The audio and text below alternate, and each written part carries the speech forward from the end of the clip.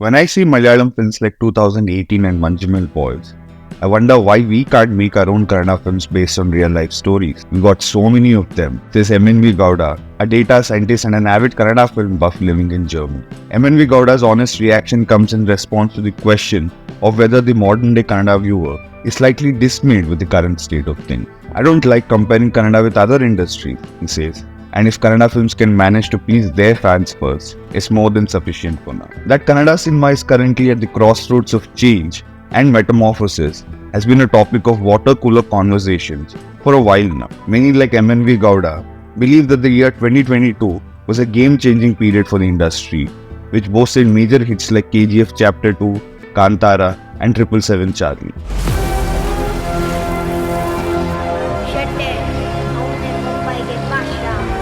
Each of these films, along with a few more, made a name for themselves on the national stage and are credited with putting Kannada cinema on the map. 2022 recorded a whopping 8.1 crores in footfalls, and the year's two biggest blockbusters, KGF 2 and Kantara, grossed approximately Rs 1,250 crores and Rs 410 crores each.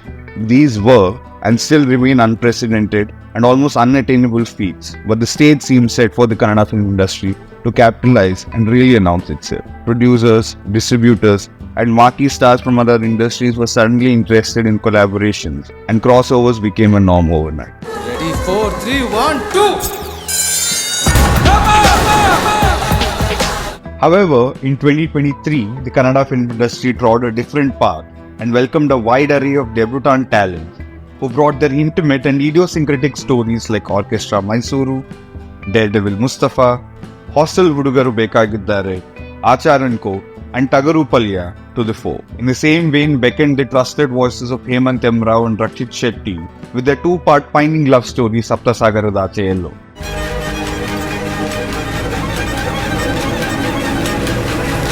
Whereas a superstar like Darshan stood his ground and countered the pan-India fad with the mass hit Katera. Other important endeavours like 1920-21, Kausalya Supraja Rama, Ghost and Swati Muttina Male Haniye proved that conviction in storytelling is paramount regardless of the subject a filmmaker picks. The footfalls reportedly dipped to 3.2 crores in 2023 and the box office yield was only a shadow of 2022, but things have remained encouraging nevertheless. And yet, a sense of unease continues to gradually seep into the Kannada viewer, and it's hard to pinpoint where exactly the dilemma lies. A bird's eye view presents multiple shortcomings that range from the need for original storytelling, better and well-paid writers, better publicity methods, /ticket prices, to a substantial increase in the frequency of star-driven films. Theatrical visits for a Kannada film are increasingly becoming sporadic, and not more than a handful of titles in a particular calendar year are able to make impressions on audiences, that too with their own set of challenges. To double down, audiences are disconcerted that the industry isn't as consistent as its counterparts, and while the big ticket releases are seen to be elusive at the box office, the smaller niche entertainers remain scattered. The latter kind also fails to realize its full potential due to OTT deals that either don't materialize in the first place or are too impracticable to make profits. This is the transition phase, says filmmaker and producer Rupa Rao. The Gantumute director asserts that the Kannada film industry has to cope with multiple factors at the box office, which includes a market that's smaller in size and ambition compared to other industries. We need to keep delivering now and we need producers who are willing to risk taking a hit, she says, adding that, I know that's not how commerce works, but the order of the day is to keep churning out good stories and not stopping. Audiences will come back. The fact that audiences are expected to come back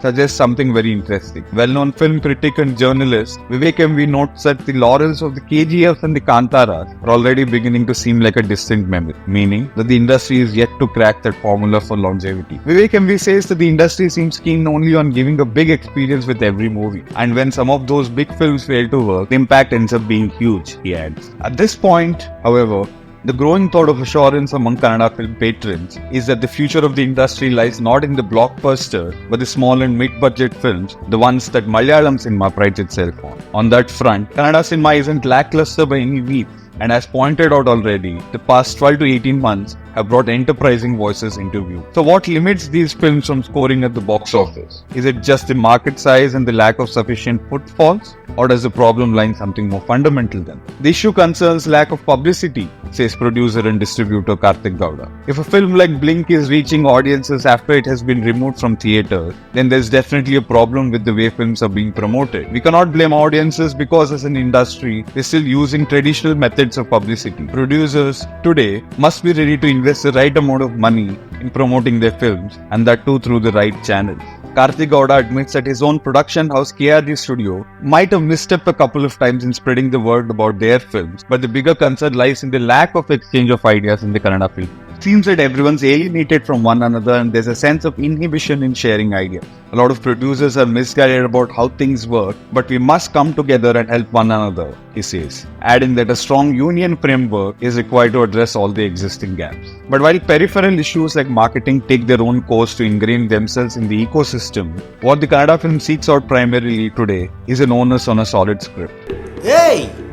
Cinema theatre go nodu. Maga, this is the future, Maga. New. As basic as it sounds, audiences and critics alike have consistently highlighted the fact that good writing will solve a majority of the prevailing issues. Kannada cinema currently awaits a slew of big releases that are expected to bail the industry out. But is it safe to rely solely on films that carry so much baggage, that carry the risk of destabilizing the industry if they fail? No one is generating casual entertainers anymore, points out Vivek MV. You need films born out of smart writing that make theatrical viewing a fun experience. And that's what films like Romancham, Premalu or Manjumal Boys are all about, entertainment and fun. Kannada's own 777 Charlie, says Vivek MV, is a great example of being ambitious but in the right way.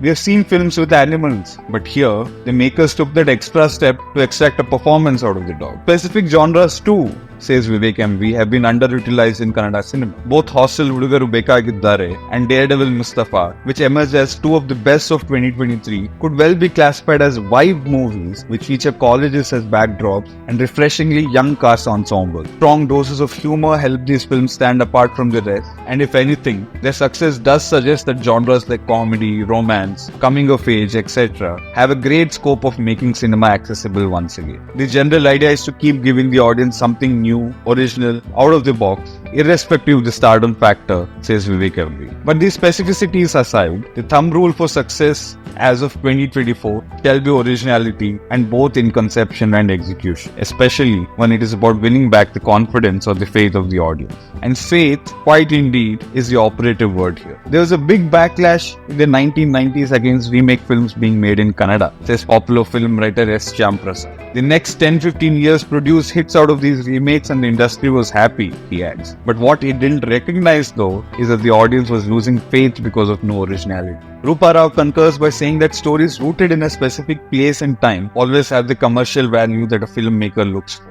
A bona fide mass film of recent times I liked is Pushpa the Rise. There's some authenticity to it. The characters are really rooted, says Rupa Rao, adding that the very definition of a rooted story doesn't mean it demands a rural or a non-urban setting. Even a film set in Bengaluru could be rooted if it has an engaging narrative, she says. Characters in cities too have personal struggles, and a film like Ganesha Maduve is a great example. It is set almost entirely between a small set of characters within the confines of a middle-class Vatara housing complex in Bengaluru. It's been 30 years since I first watched it, and I still can't forget the film. If good writing is the fulcrum of a film, then a star willing to participate in that creative rest is another need of the hour, adds Rupa Rao. She says that superstars are also great brands on their own to attach your story to and help it reach a wider audience. In fact, Malayalam legend Mammootty choosing to star in and also produce Geo Baby's Kadal has become the new benchmark for male superstars across India. The 72-year-old actor's recent filmography alone has urged many other actors to reinvent themselves and offer a new experience with each different role. Rupa Rao also underlines just how important it is for stardom or clout to go hand in hand with good writing. So many of our credible female actors have had to shift base to another industry because they just don't get parts worthy of their talent, she says.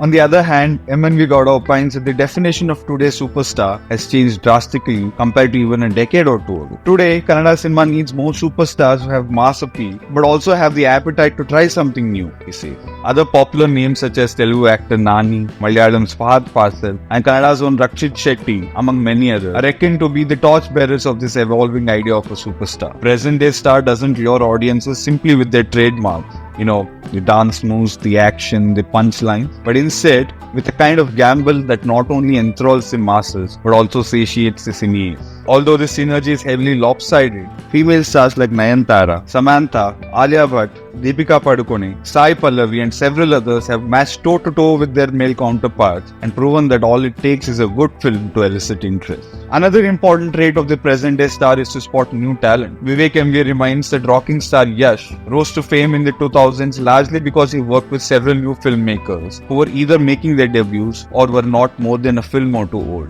Vivek MV says it's something similar you spot in all of today's popular names in South India. Nani is revered for his conscious choice to seek out writers and filmmakers who are not only new gen but also like-minded. So what is the road ahead? Because the solutions seem endless when it comes to understanding what the road ahead for Kannada cinema is. But perhaps what matters is to understand the fundamentals along with the challenges.